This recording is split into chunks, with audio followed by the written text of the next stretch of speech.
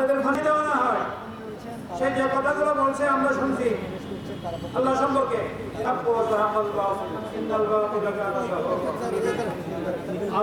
ইসলাম বিদ্বেষীদের থেকে হেফাজত করে কামেন।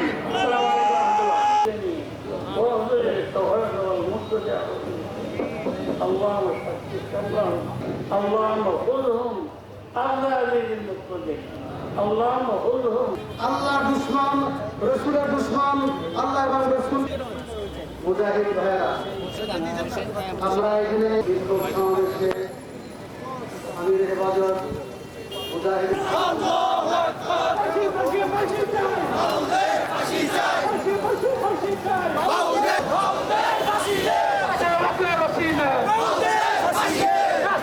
রাস্তা না